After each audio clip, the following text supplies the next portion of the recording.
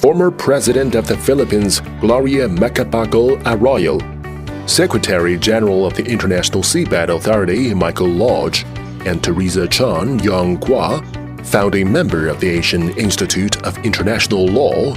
were among hundreds of experts from around the globe calling for a multilateral approach to improving ocean governance and enhanced cooperation at the November 5th to 6th, 2020 Symposium on Maritime Cooperation and Ocean Governance. Teresa Chan argued that an Asian approach to foster mutual trust through peaceful coexistence was preferred. In her keynote speech, former Philippines President Madam Arroyo stressed the necessity to adopt a multifaceted perspective and multidimensional approach in dealing with China-Philippine relations.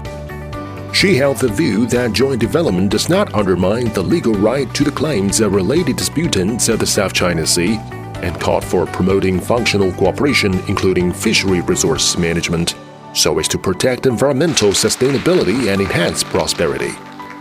Teresa Zhang, founding member of the Asian Institute of International Law, argued that the intervention of external factors only aggravates the regional tension, asserting that the Western approach of relying on confrontation and international law stood in stark contrast to the Asian approach based on mutual understanding that is more conducive to fostering mutual trust and cooperation through peaceful coexistence. She further underlined that the signing of the Declaration on the Conduct of Parties in South China Sea in 2002 and the negotiation of the Code of Conduct in South China Sea since 2013 have fully demonstrated that the key to peace and stability in the South China Sea is the interest in coordination and pragmatic cooperation among relevant parties in the region.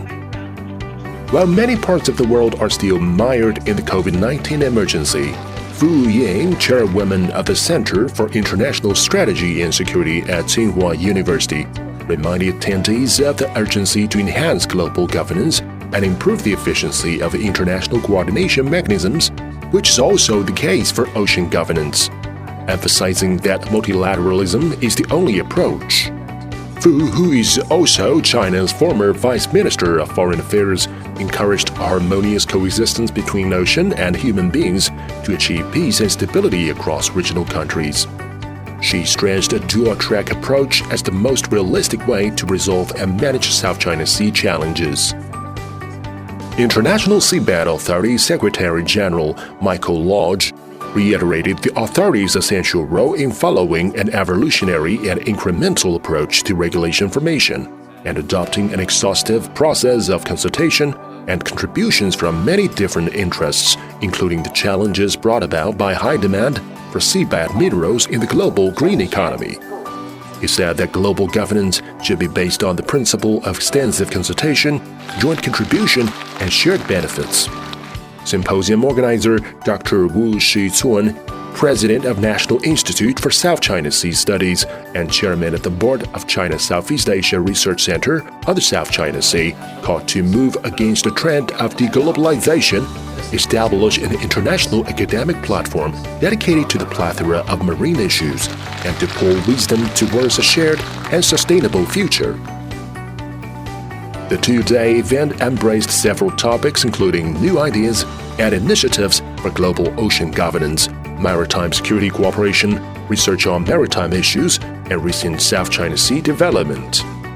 Co-organized by NUSCAS and the CSARC and the Institute for China-America Studies, the first symposium on maritime cooperation and ocean governance was held in Haikou, the capital city of Hainan Province. The event was sponsored by the prominent China Institute of the University of Alberta. Experts, scholars, diplomats, and representatives from international organizations in all over 500 participants from 30 countries and regions were in attendance, either in person or via video conference.